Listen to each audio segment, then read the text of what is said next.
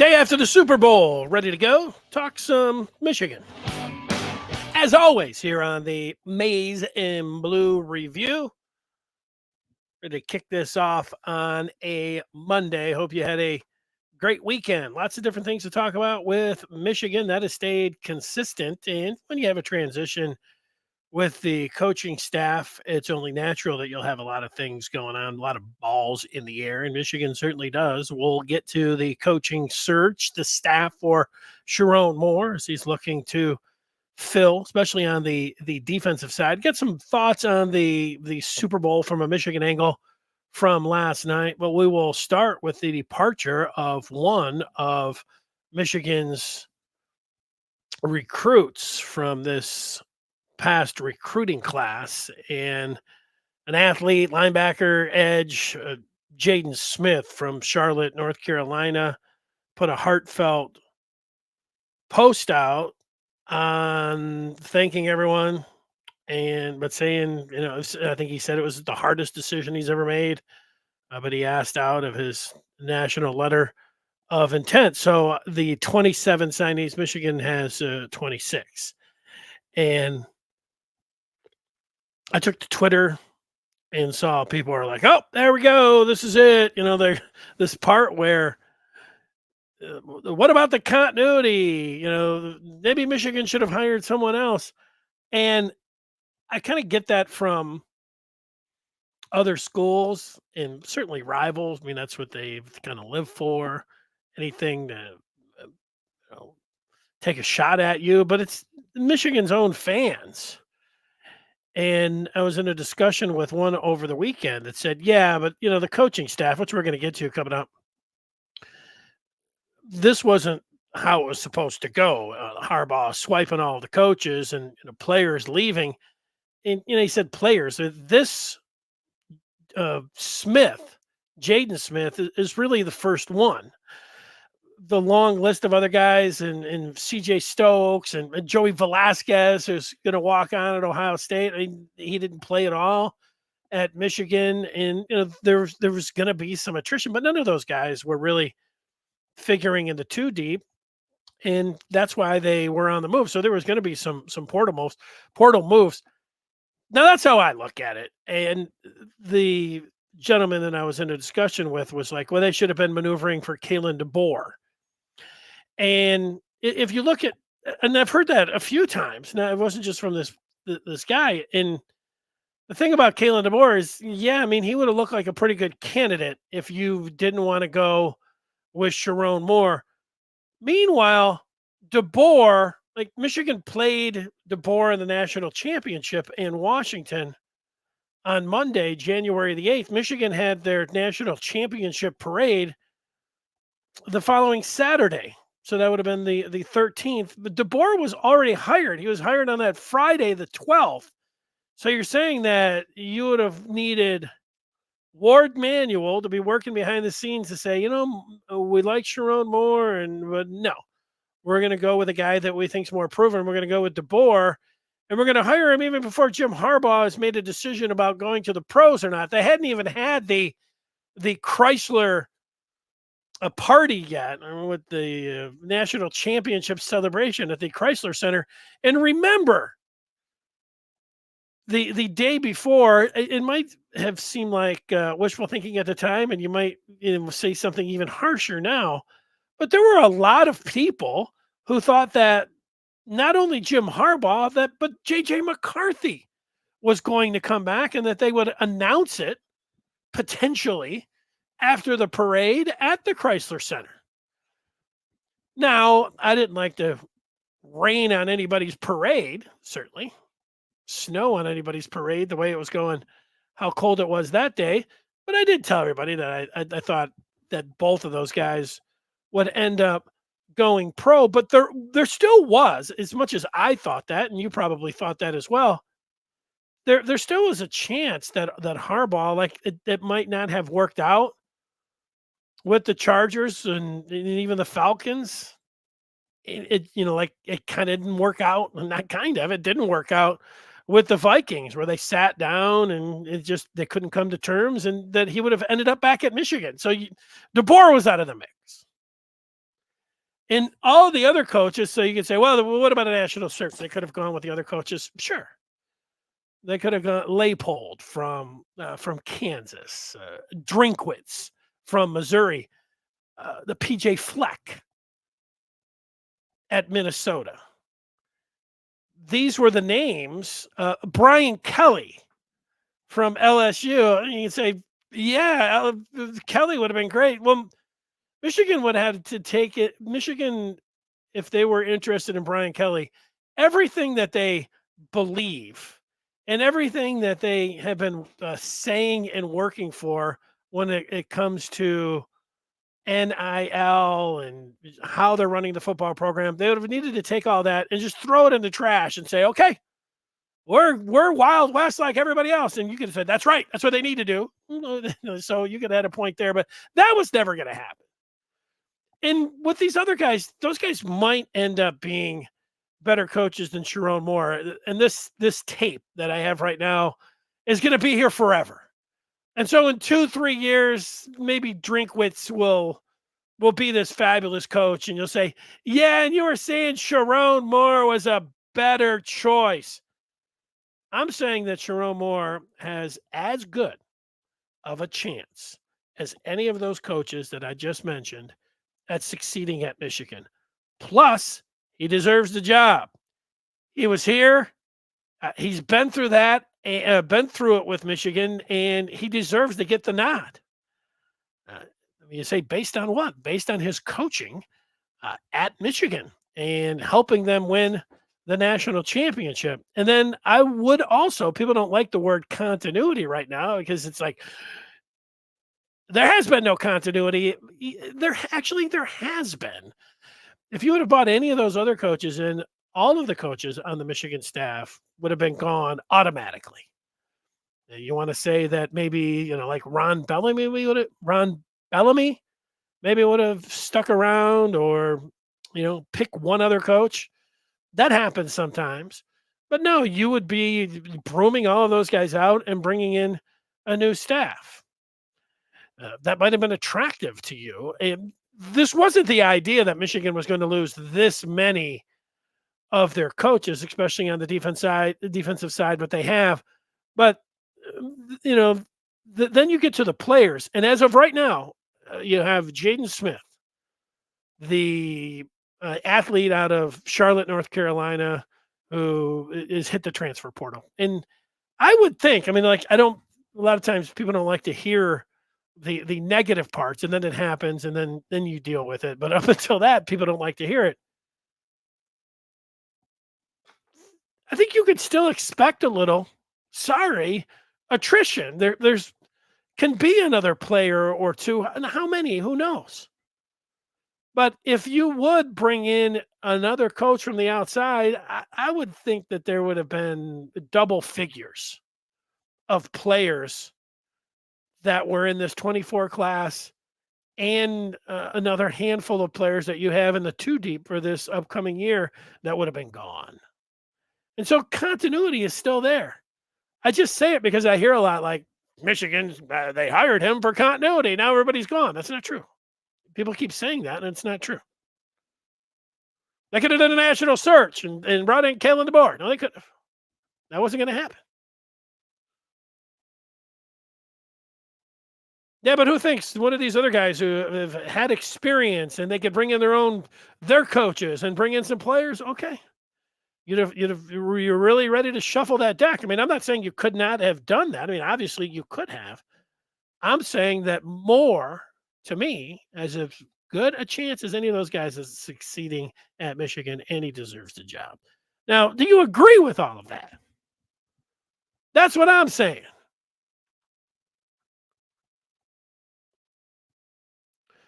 Scott is saying that Carter Smith is gone. Yeah, I didn't see that Carter Smith, he is a quarterback commitment from the 25 class. I did not see that. So if that is the case, now that's a big loss, Scott. If that is the case from Michigan's recruiting class for next year, there's still quarterbacks that are out there, and that one is a little bit odd. Maybe the kid wanted to play for Harbaugh, but you're still talking about a complete entire cycle where you can go out and get a quarterback. So that's what I am looking at. Scott has been a little negative on it. We basically have no chance of defending our national title with what is going on. Well, I don't agree with that, Scott. But if Jim Harbaugh was here and you still had all of the whoever you're lamenting the loss of, it was going to be very difficult for Michigan, even with Jim Harbaugh, unless JJ McCarthy. I mean, what are we talking about? So this is one of the sky is falling type feedback approaches that is along the same line. And I get it. I get it. Like, you should have realized, I should have realized it more when Harbaugh left. I think I realized that was a big loss. He's a great coach. He was like, if you don't want to say he's the best coach in college football, he's the second best coach. He's up there. So that was going to leave a gaping hole. When you have one of the greatest coaches of all time leave your program, it's going to hurt. And every time that Michigan has lost a staff member, it has felt like somebody has snatched your soul a little bit, and that like this thing is like completely falling apart. And I understand that it feels like that with recruiting as well. And you're talking about a recruit from next year. Like there's more recruits. I get that. When you lose one, it feels like everything's going to hell. And then you get a couple and you're like, hey, we're back. And like, it's a real roller coaster. You gotta hang in there a little bit.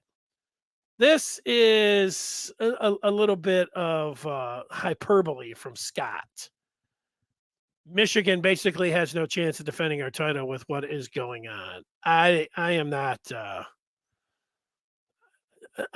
in this particular line of thinking.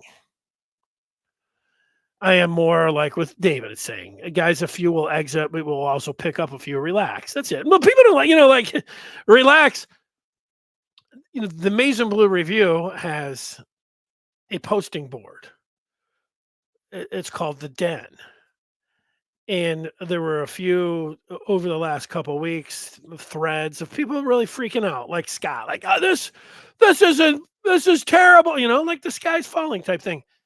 And then there are people like, hey, you got to relax. Like there's always going to be a real hypersensitive fans. And what are the real hypersensitive fans go? They go to message boards. Or they go to talk radio if they're allowed to go on there. And then, they go nuts there. Measured, kind of like taking the long view or let's relax. And it's not as much fun to listen to on the radio. And people like kind of knee-jerk reactions. But I'm going to, I'm going to balance it out. This is a little bit, sorry for saying, over the top. We basically have no chance at defending our national title with what is going on. All right. Let me ask you this, Scott. Do you think if Jim Harbaugh, or would Michigan be sitting here if Jim Harbaugh was back, they would have what? So they'd have the recruiting class. And if you're lamenting a guy that was a quarterback that was going to be, he was a baseball player, fine prospect, it might end up being great, but he wasn't going to start and nobody was talking about him coming in, not this upcoming year, the following year, and starting as a freshman. He's a big time baseball player, pitcher, and the thought was a year or two there. So if that is, and I haven't even seen that, you're saying it, and maybe it's true, but one player. A 3-star athlete from Charlotte is not something where you need to sit around and start freaking out. Would I freak out? Did I freak out a little bit with Clink leaving? I'd say a little bit. It, if Michigan goes out, and this is it, like I like Clink, I do. I wanted him to stay here, and I get that a feeling of that. Michigan has taken a step back without him. Now, Corey Parker, who was the longtime head coach at River Rouge, and then went into the college game a couple years ago, and he's been down at Toledo, and he's had some success there. Looks like he could be a nice coach. I'm not saying he's going to be Clink, but he is from the same area, and also from this area. That seemed like he would be a pretty good, without knowing his personality. And Clink, I liked his personality, and I liked him as a coach. So I can get, and same thing, I liked Elston as a coach as well. So those hurt. Junior is patiently looking forward to learning about the renewed winning culture at Michigan under Coach Moore, dominating the line of scrimmage and better recruiting. And he puts smash. Scott says nobody who really follows the program thought either Harbaugh or JJ were coming back. I don't agree with you, Scott. I think that I didn't, but I think half of the Michigan fans, and maybe it's just, maybe it was just wishful thinking. There's nothing wrong with that. But I don't know, like there were a lot of people who thought that both of those guys had a chance. And I'm thinking if I thought, there was even a sliver of a chance, I thought maybe there was a sliver of a chance. And I did even entertain the thought, like, if people were telling me, like, JJ's a different dude, and he could come back, and Harbaugh, the NFL is not really him, all that kind of stuff, and there was that chance, Scott.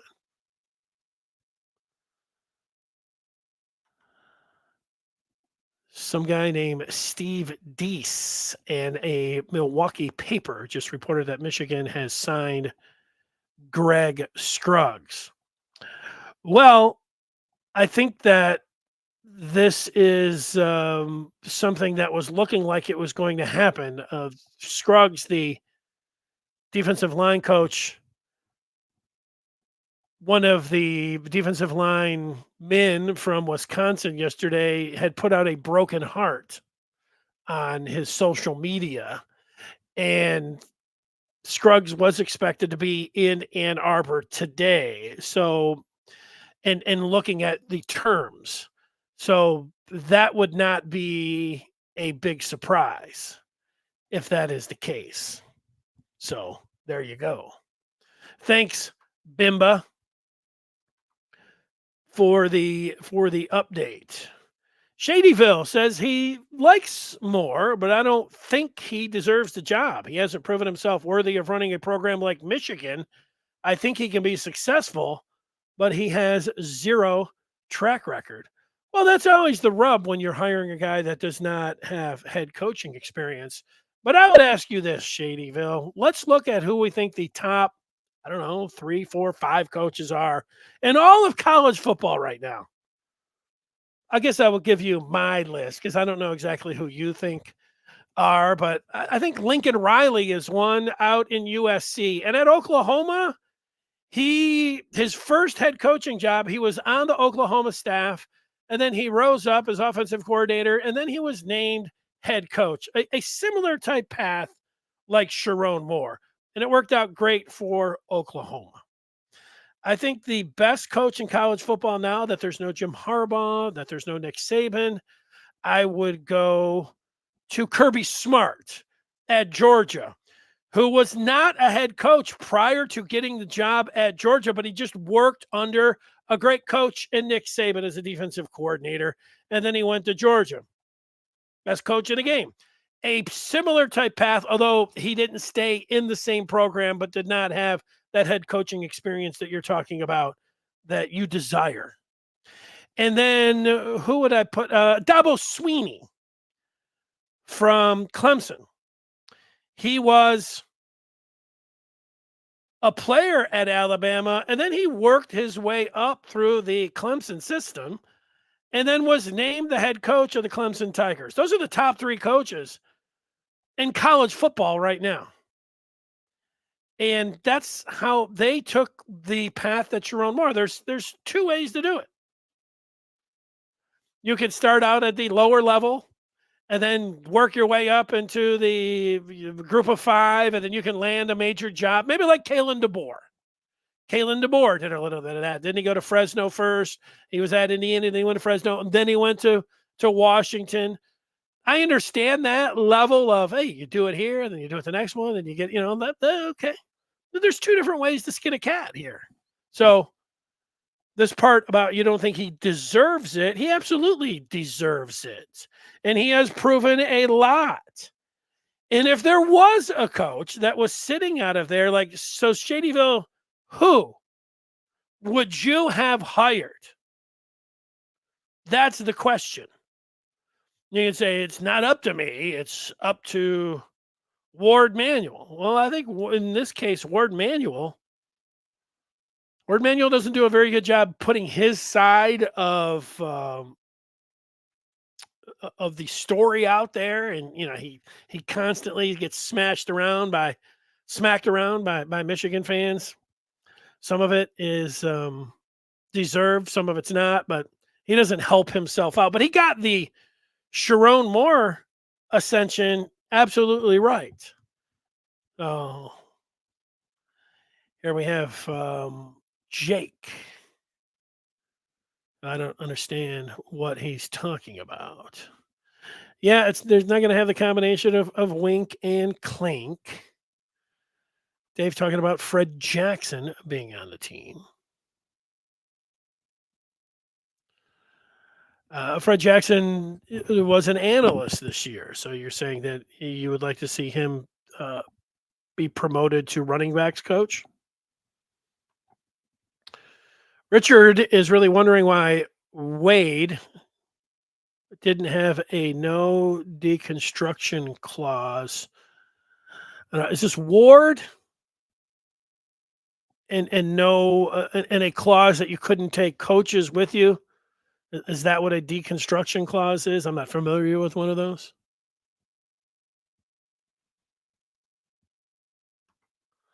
Would Moore have left with Jim Harbaugh if we didn't snatch him up quickly? No. I think that if Jim Harbaugh did not, let's say Jim Harbaugh stayed here, I think Sharon Moore would have got a head coaching job somewhere else, like Jesse Minter. Took a job. Jesse Minter wanted to go to the pros. Sharon Moore wanted to be a head coach. I think he would have taken a job somewhere else. So I don't think that he would have gone along, and he would have been the offensive coordinator for the Chargers. No. I don't know what's going on here. Somebody asking me to interpret some things. I don't know. Scott meant Jaden Smith. So wait a second. All right. Scott at first was talking about Carter Smith, who I thought he was talking about a quarterback out of Florida. It was a commitment for 2025. But no, you're talking about a 3-star athlete from Charlotte. And you're saying, so that is giving you the idea that Michigan has no chance of defending this national title with what's going on. That is a little bit, it's not a little bit, that's way over the top.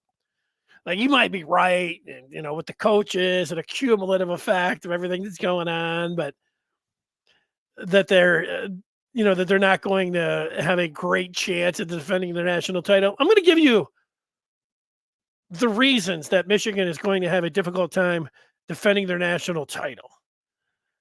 And even if Jim Harbaugh was here, and number one is going to be the quarterback position.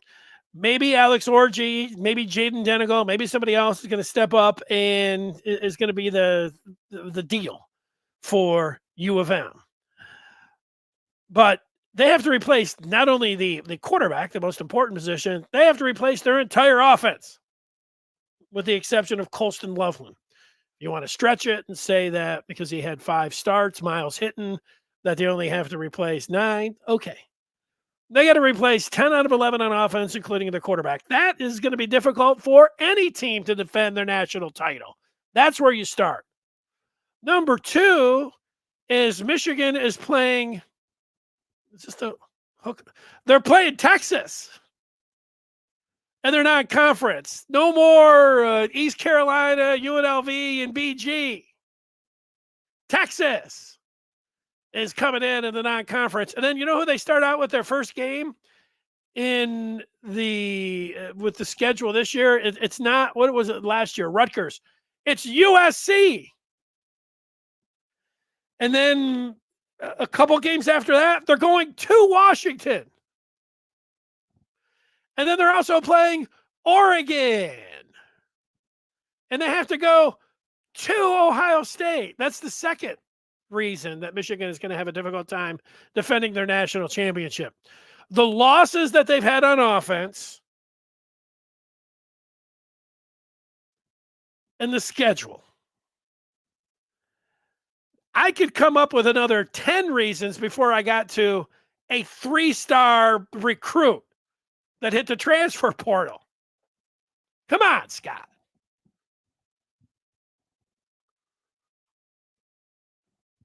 Scott had me thinking that the quarterback had decommitted.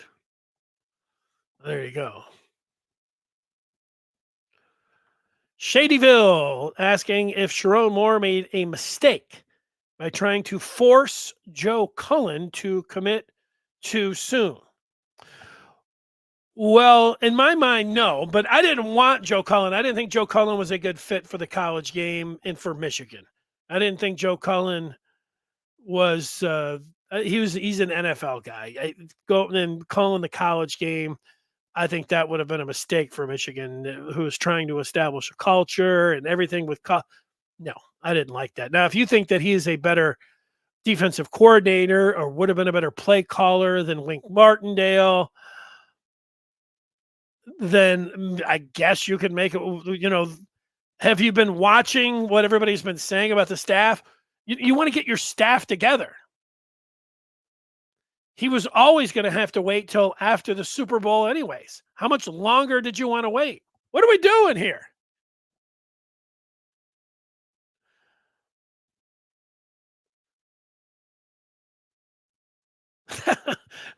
Mr. Martini is talking about Carter Smith is solid.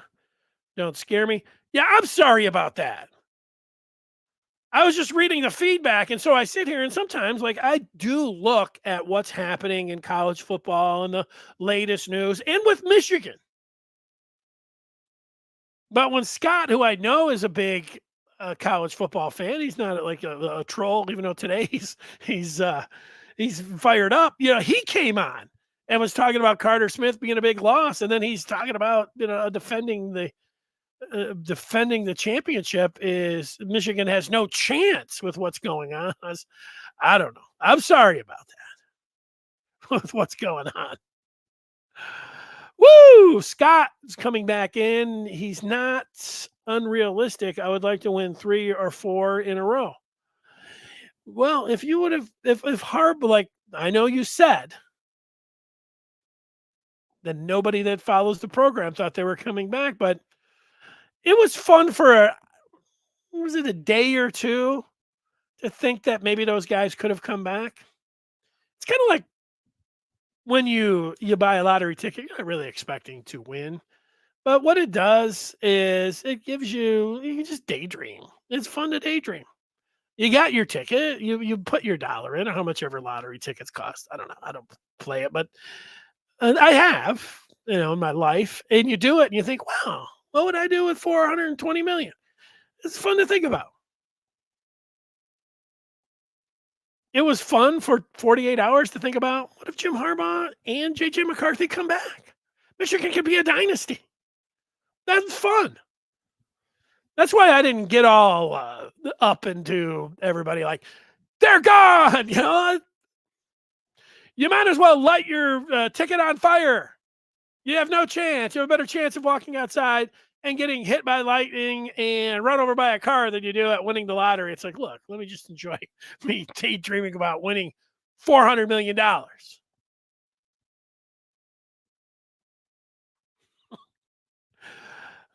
Here we go. That's it. I'm sorry. Why am I? What am I speculating about? Sean talking about Parker is a home run hire. Look, Corey Parker. That's it. Like, if we come back to Clink, I loved him.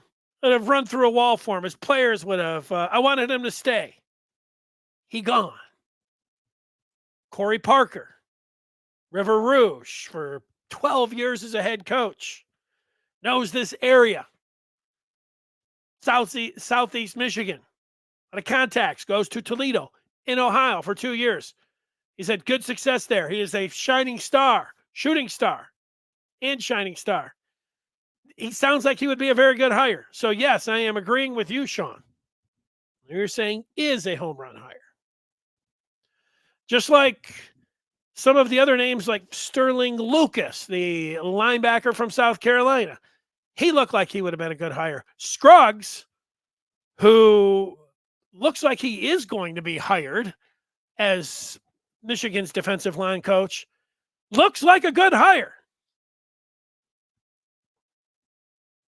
That's it. Somebody sent me a message earlier that a former Michigan linebacker coach in Brian Jean-Marie, who had gone to from Michigan to Tennessee, that maybe Jean-Marie would be returning to the maize and blue. Richard says, shocker, Michigan will have multiple losses. I'm not ready for that yet to do any of that, but let's see. Dave is saying coaches and players come and go. Michigan is always Michigan, averaging 9.5 wins. So to average that, you have to bring some great years. You have to have some okay years, very bad years for over 144 years. It'll be okay. Now, that is an exceptionally long look at, but there's some truth to it, is, with Michigan. But we've also seen, that's why where I'm at with Michigan, prior to last year and certainly prior to 2021,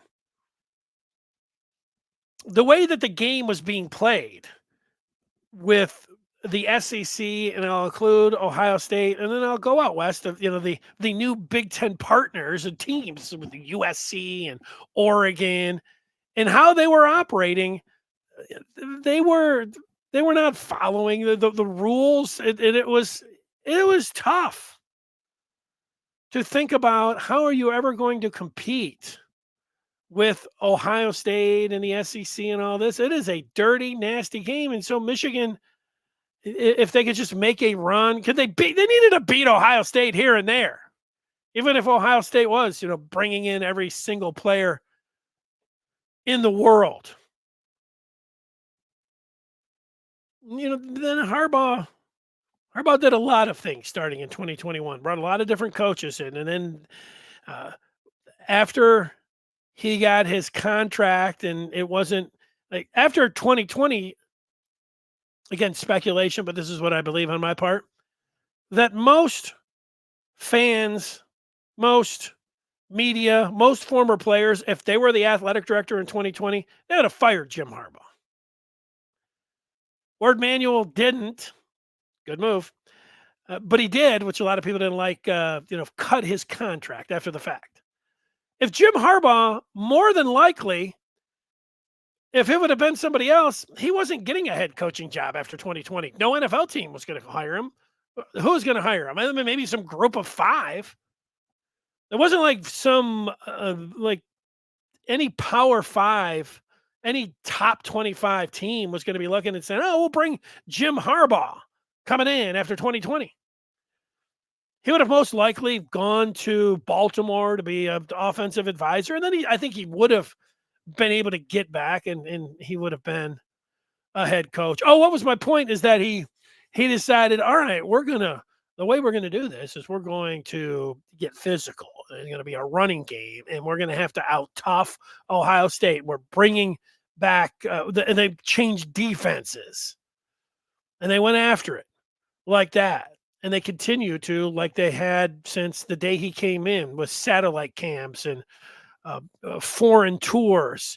They continued to look at the rule book and said, hey, what can we do to take this right up to the edge and work around some of these rules? That's what they were doing. The point, and I think it's a long one I'm making here, is that if you want to stay on top and try to win multiple championships, you have to fight fire with fire. How are you getting players?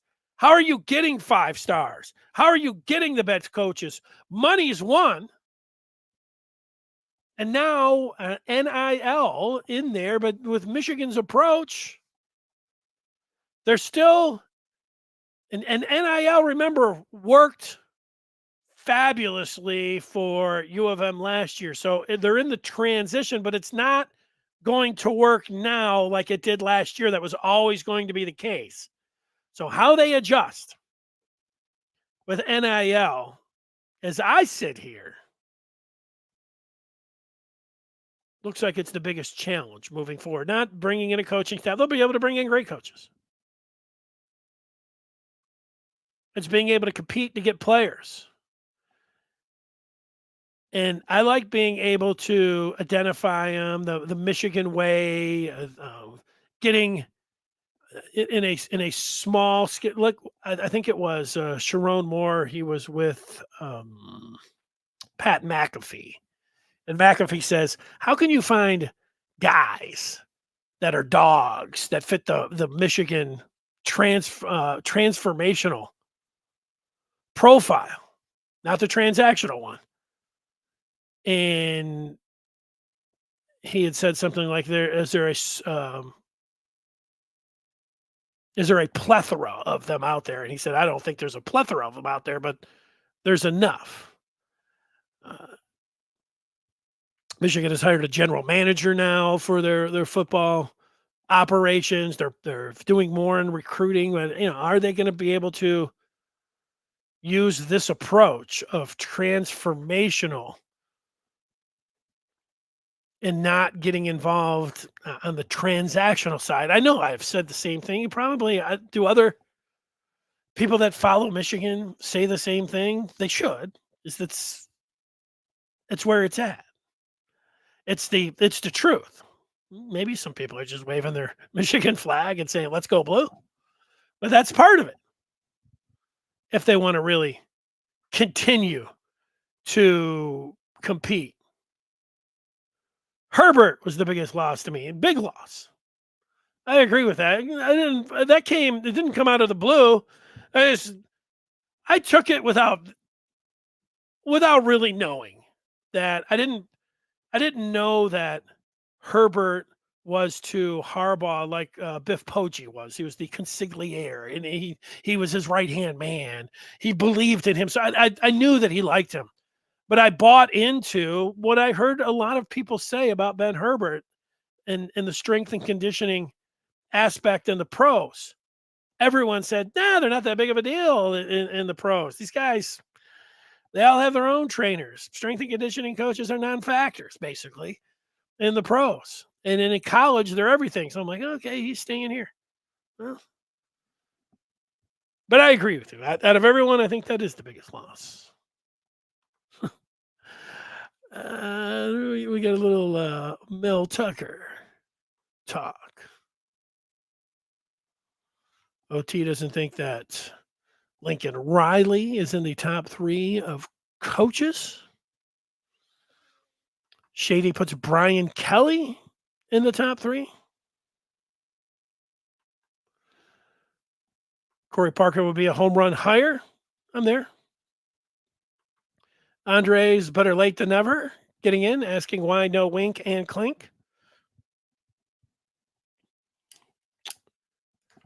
I think Clink wanted to call plays as a defensive coordinator.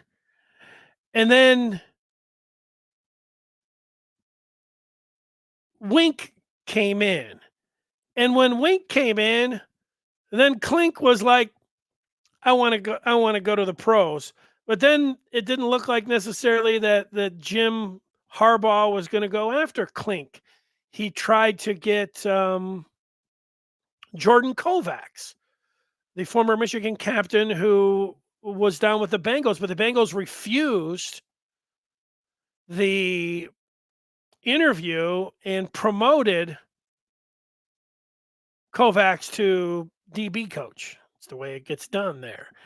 And so then Clink then, who came back to Michigan and was like, all right, maybe his hat was in his hand or whatever else. I'll stay here. Then Harbaugh was like, okay, now we will go with you, Clink. And so Clink was out. I don't know. That's how I see it, how it was a fluid situation. At first, it looked like it was going to be Clink, and then Michigan went with Wink, but then it looked like it was going to be Wink and Clink until Clink got the offer that he wanted.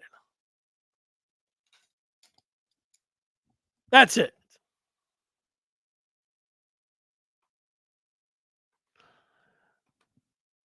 Richard thinks the new offensive coordinator is a question mark, Kirk Campbell. The reason I am thinking about the offensive coordinator being having a chance to succeed is that Sharon Moore, as the offensive coordinator last year and working with Kirk Campbell in all of those meeting rooms, and then before that, as Campbell, as an analyst who came over from Old Dominion, he has seen him up close and what he can do.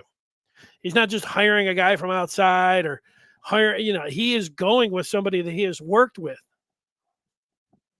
side by side. And when you work with somebody like, man, boy, this guy's sharp. Whoa, this is the and he tabbed him. So that's why I like him. JSE. Let's be real. Moore was the OC of a very bland offense the past 3 years, and yes, they won. But all big wins came on the back of that D. I don't know if Moore is the right guy. Yeah, well, the whole thing about the bland defense or the bland offense, and you did put it in there. Yes, they won. Yes, they won. Yes, this is their identity. This is how they are choosing to play football and win football, and it worked for them. I didn't criticize Sharon Moore for what he did against Penn State, running the ball 32 straight times when Penn State had the number one scoring defense in the country. And, Blake Corum ended up running for 145 yards or 2 touchdowns because they had Blake Corum. And in the first half, when they did drop back to pass, it looked like JJ was going to get killed. A couple of those guys that are going to the NFL were flying right in on him, and it didn't look like a good idea. So he adjusted in game. That was a good move.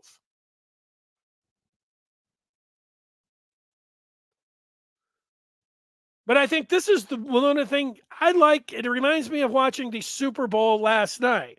The first quarter and second quarter, the commercials sucked, but they have for like 10, 20 years, at least 10 years. But was the first half of the Super Bowl boring? Yeah. Why? Because there wasn't any scoring. Running the football. And, you want passing and you want touchdowns. And that's what you want. I get that. But this part about you don't know if Moore is the right guy because they won the last 3 years by running the football is, what am I going to say about that? I get where you're coming from. I believe there's a lot of people that feel like you, but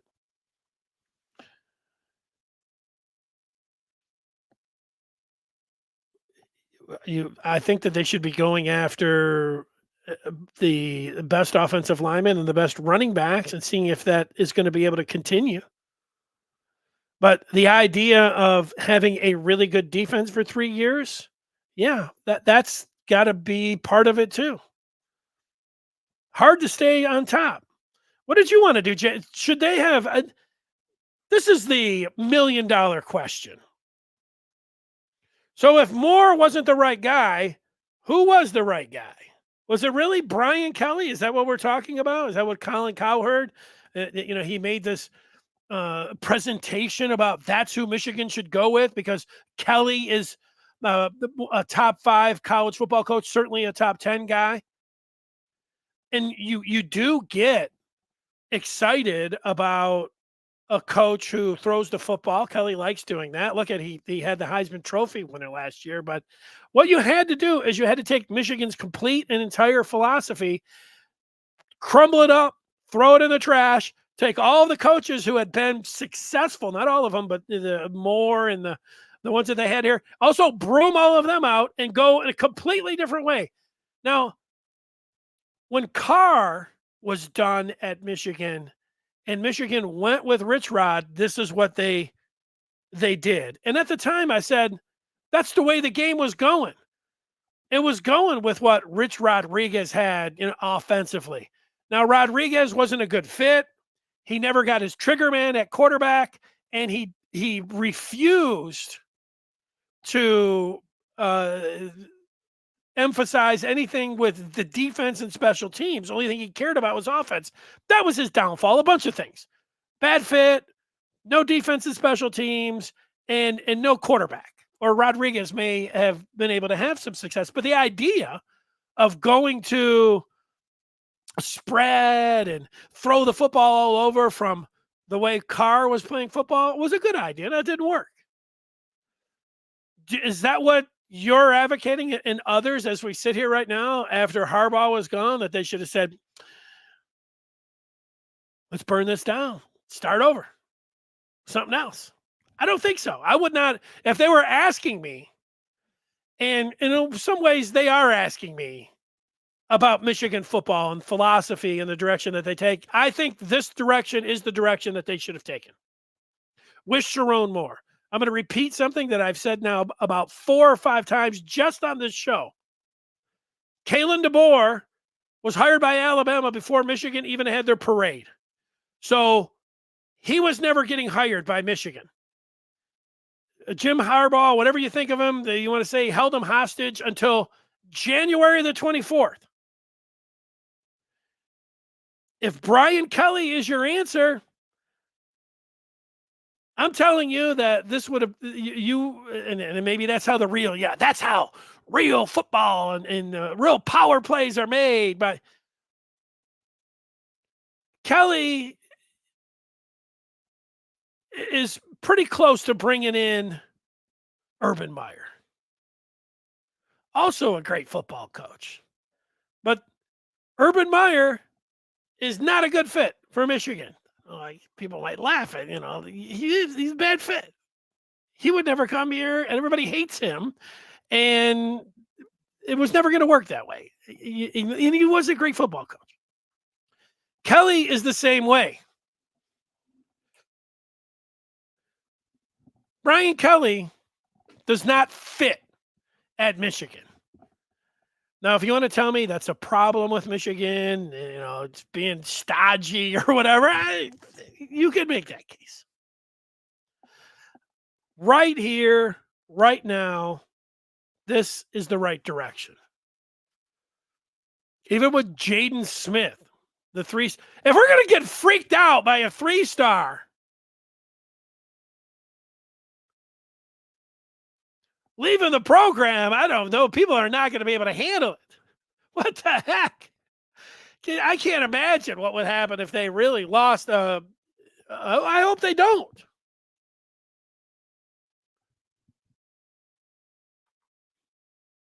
I don't know. Are there people getting banned for doing the horns down? You guys might know more than me. JSA says we had a 5-star, soon to be first-round quarterback, and he never threw for 3,000. That's not looking good for the future. Well, if he gets picked in the first round, I think that looks good for Michigan. They had a guy come in and J.J. McCarthy and didn't throw the ball every down, yet still was able to go in the first round. Would J.J. McCarthy, I'm making it sound like it was 100 years ago, but with how name, image, and likeness is working right now, would J.J. McCarthy come to Michigan if NIL, Michigan's approach is now, and McCarthy was a high school senior? It's a legitimate question. I don't know. Look, Jaden Davis, a pretty highly rated guy.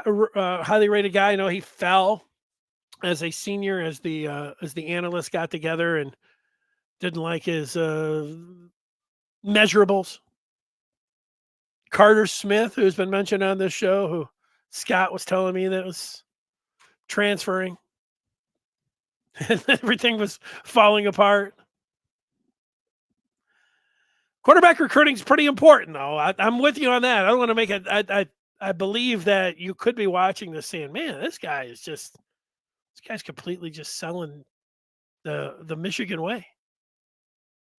This guy's sucking up to Michigan."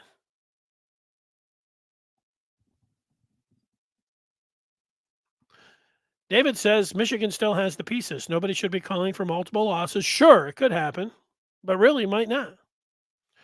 I'll entertain that particular question. Let's go to the multiple losses theory. They get a really tough schedule and they got to replace all the players, but can Michigan beat Texas at home? Texas is pretty good. Quinn Ewers as their quarterback, pretty good defense. Can Michigan win that game? Yeah, they can. USC's at home. Oregon's at home. The Ohio State game. 2 losses. If I had to say right now,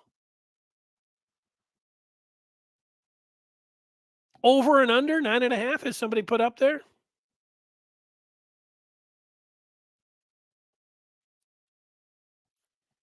A 3-loss team, is that going to be able to get you into the college football playoff? Yeah, there's a 12-teamer now. You might be able to get in there at the tail. I don't think you want to be. I don't think you want to plan on losing 3 and then hoping that you somehow are able to grab the 12th spot. No.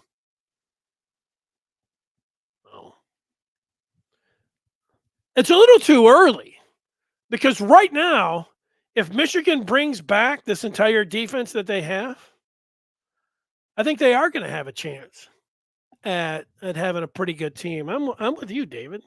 A little too early to be talking about 3 or more losses.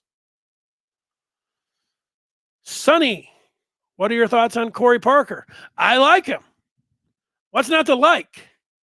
What he is, I've never interviewed him. I've never listened to him talk. So I am going to go based on what I have seen on his resume. Toledo has been a good football team. He's been there for 2 years. He's been the DB coach, specifically the corner coach. They've had some good corners. And his influence on those corners and what he's been able to do and the success of that team, I would think that they're connected. How much? I don't know, but he's got that going for him. And then, of course, when you're a head coach, it's why I like Ron Bellamy so much. I like Ron Bellamy because he played at Michigan. I like his family, and I've talked to Ron Bellamy before. He's got charisma, but he was a head coach. And he's got that pizzazz that you're looking for when it comes down to being able to communicate and be that kind of leader. And Parker was a head coach at River Rouge for 12 years. I like that. So I like it. That's my thoughts on Corey Parker. Shadyville says there will be at least 3 losses: Texas, Oregon, and Ohio State. Yeah, but if you're telling me so Michigan, they've got Texas and Oregon at home. Yeah, those are the 3 most likely. I agree with you on that. But are we talking about with everybody coming home? Here's KRB. Sounds like Sharon has an interest in being a Brian Jean Marie back. I just like saying Jean Marie. But yeah, Brian Jean Marie was here and was a pretty good coach, and they could do worse than Jean Marie.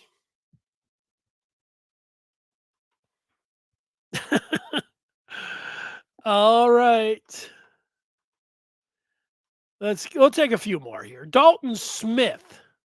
Smith's been a big name today. Carter Smith, Jaden Smith, Dalton Smith. A playoff appearance or win against OSU, or certainly both, would be a huge achievement and lead to a dynasty of success under this new coaching crew. Well, wait, if you could give me, I'll take a playoff appearance. I was going to say I would take a playoff appearance over a win against Ohio State, and I was going to say give me either one, but if I could pick, of course I'd like both. That would be nice. Beating Ohio State one more time would just be, I don't even know. Yeah, I think back to just 21 and in how much it meant, just that one win against Ohio State. And I thought this is it. This is what it's like. This is heaven. And then for them to do it again and again, it's really, for me, if you guys would have known me prior to 21, I was ranting and raving and screaming and always about Ohio State and how Michigan couldn't beat them. And right now, man, I just feel like enjoying this ride a little bit. But yeah, I'll take a playoff appearance over a win against Ohio State. Obviously, they'd like both, and it not only would be a huge achievement, yeah. And this is the goal as we sit here right now. The goal for Michigan is to get both of those. Calvin says the problem wasn't cutting his contract. It was not re-extending it after he won his second Big Ten title. Well, Calvin, depending on who you believe, it takes two to tango when it came to that contract. And the Harbaugh Network has done a great job on getting to you and others about if Michigan was slow playing them or anything else. I believe that Harbaugh was playing both sides of the fences on the contract. And it wasn't so much that he wanted the new language, but he didn't want everything to take effect until right around till now. February, I think it was February 15th, if I recall correctly. Yeah, I'll sign. I want all that deal, but let's get it going February 15th. Can you imagine? You at least have to consider. And then you might be like, I hate, Michigan. They did them wrong and all this, if you're like this kind of thing. You have to at least entertain the idea that Harbaugh was stringing along Michigan because he may have wanted to go to the NFL. He did go to the NFL this year. Last year, after saying the previous year that he wasn't going to the NFL, he talked to two teams. And then obviously he did talk to the Vikings and damn near went to them. So a lot of times, you can't do this with everything, but in this situation, Harbaugh to the NFL looked like a duck. It was quacking like a duck. It walked like a duck. It's a duck. Jim Harbaugh was going to the NFL.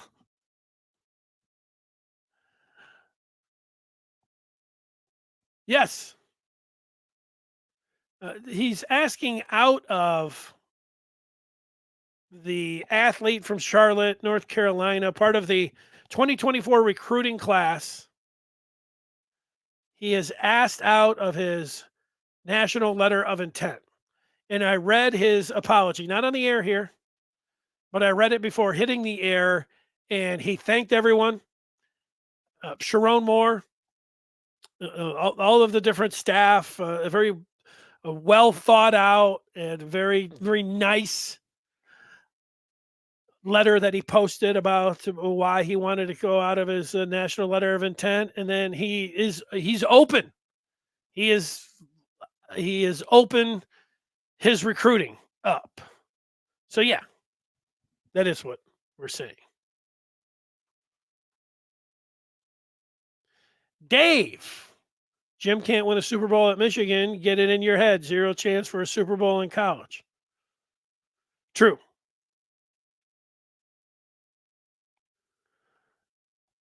So, what's Richard talking about the Super Bowl? I said I was going to talk about the Super Bowl. Let's do it here. So, I think he means Moody misses an extra point off his ankle, and it turns out it may have been the difference in the Super Bowl this year. I hope the young man recovers from it. Yeah, I think Moody's going to be okay. Look, Moody hit he hit a 53-yarder, and at the time, a quarter later, it was broken. 55-yard Super Bowl record field goal, and he had to make big kicks in that game. And sure, because of how it was looking there, it was a big extra point miss, no doubt. And at first, when I saw it, I couldn't tell. But when Feely was like, "Yeah, that's on Moody," I think he recovers from that. It wasn't like he was Scott Norwood at the end of the game, and Scott Norwood was not able to ever recover from that. But I think that Moody should be able to, considering it wasn't the very last kick and all of that kind of stuff. Moody. Okay, I'm going to take three more on the feedback. Andre says what Michigan needs to transform at this point is their NIL. I agree on that. Shadyville says Michigan is full of hypocrites. They also believe in using NIL as an inducement for some players. Yeah, here's the thing. Like, we don't know exactly how Michigan approaches it. We do know that some of what they have said publicly with Harbaugh, the whole thing was, it was as we know, transformational, not transactional. And I do see it, and it's a lot of alums, but they don't want Michigan to be involved. It feels dirty, even if it feels like most of the other programs do it. I thought it was half approach, and the other half that he really didn't want. They did think about doing it at the back end, and it worked great last year. Didn't work so hot this year. Oh, it's a big factor. What was the other thing I was going to say on it? Maybe I'm forgetting. I don't remember. About being full of hypocrites. Yeah, I don't know. Michigan fans, Michigan overall with NIL. I don't know. Here's what I believe about Michigan and the NIL. I know I've got different collectives, and I know there's a lot of people that work hard behind the scenes, and they put a lot of effort into getting Michigan on the way it's running right now, and in doing it with a Michigan approach, a transformational approach, and they want the players to be rewarded and all of this, and yet it does feel like and it feels like there's a lot of people that are happy with Michigan's approach. They don't want to promise the players. I look at it. I've always looked at it like, if you want to really play with the SEC and Ohio State, you are going to have to fight fire with fire that way. And I don't know if they really have, or they did a little bit or whatever, but I always thought that they were going to have to. And now, and then it seemed like Michigan kind of lost that argument for the years. They were like, no, we are not going to pay players. And everybody's like, who cares if you pay them? Nobody cares. No, because it's against the rules. And then it was NIL. And then it became even easier to do it. And then they were still like, no, we're not going to do it. And everybody's now, not only is nobody cares, and it seems like everybody's doing it, Hell, I listened to the Paul Feinbaum show just the other day for a couple minutes, and Feinbaum's like, Ohio State's buying every player in the book that they can. And the guest that was on there, or it could have just been a caller, he was like, yeah, and it's legal to do it. And Paul's like, yeah, it is legal to do it now. It's like, is it really legal? Not really. But in Virginia and in Tennessee, their attorney generals are saying, in fact, you should be able to do it. You should be able to promise players money up front. It's America. It's antitrust not doing it. And that's a big deal. They're saying that right now, players that are on Michigan should be able to, players that are on the roster, they should be able to entertain the highest dollar. Anybody that wants to give them anything, they should be able to communicate it, and they should be able to go and take the money, and they should be able to get it promised. It should not be against the rules. I know it is. And they're saying the same thing with recruiting, that this is what should happen. Is Michigan ready for that? Are you ready for that? Here was my point about Michigan. I do believe, I know the size, people always point out, and I think it is true about the size of the alumni across the country. They always say, if everybody just gave $10, just imagine, the kind of bankroll. But then the fan base is one of the best, or biggest, and I'll say best too. Biggest and best, and alumni, one of the biggest and best in the world. So you do have that. If you can find a way to connect that, alumni, fans, former players, and figure out how that dollar is getting into the hands of the player and to the football players and the football program, that's the job. Because then Michigan, if we're talking payroll, Michigan is like the Yankees or the Dodgers. Michigan doesn't have to be like the Tampa Bay Rays. Michigan is the Anaheim Angels. They are big market.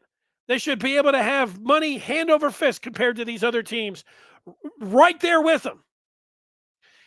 When you think about the television contracts, you think about the city, the greater area where Detroit is involved with this college town. Michigan has everything. So if it is getting down to paying the players and getting the money from your fans, they should be armed and ready to do that. And then they should be able to compete with anybody. I hope it gets to a point where they say, and I know this has been talked about, where the university is the one that gives the NIL money to the players. Because then, ladies and gentlemen, Michigan is like the Yankees and the Dodgers rolled into one. Because then they have a gigantic stack of money, and then they have all these players, and then the 5 stars are going to start rolling in. That's what I hope. That's where I sit. Today I thought that I would just come on and I wouldn't talk for that long, but here we are, talking for a long time. I'm going to look here.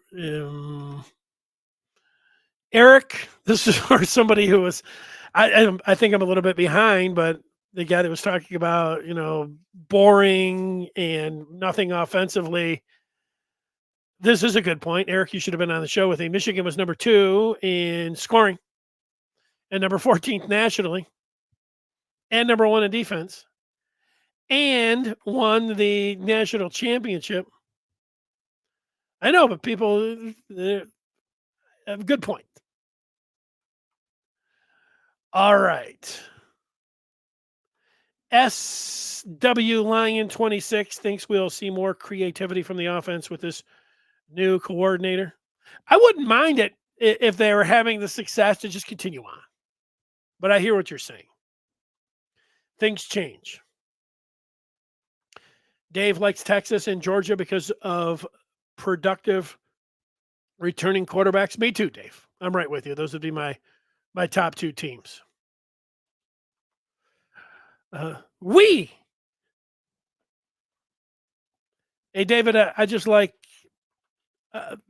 when I when I see the name and I then sometimes can say the name, there's nothing wrong with a little French connection at Michigan. Okay, that's going to do it. We are on the Maize and Blue Review talking like we are right now all of the time.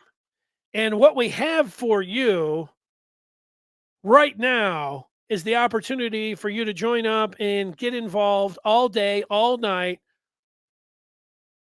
for free. Go to michigan.rivals.com and use the promo code. I love this promo code, NatChamps24. That's NatChamps24. This offer is valid for a limited time. You should get in there and try it out. You'll love it if you're a Michigan fan. I guarantee it. I like going on there, talking with Michigan fans. We're doing a lot of this. We'll come on and say the world is ending. You'll say, wait a second. No, maybe not. And then we get into it. But that's it. Thanks for watching. Smash that like button. If you ever leave a comment on any of the podcasts, that's appreciated as well. That kind of pushes us up the list where those podcasts are all ordered. So all of it helps. Thanks so much if you are someone that has done that. And we will talk with you on Wednesday. Till then, everybody have a great rest of their day.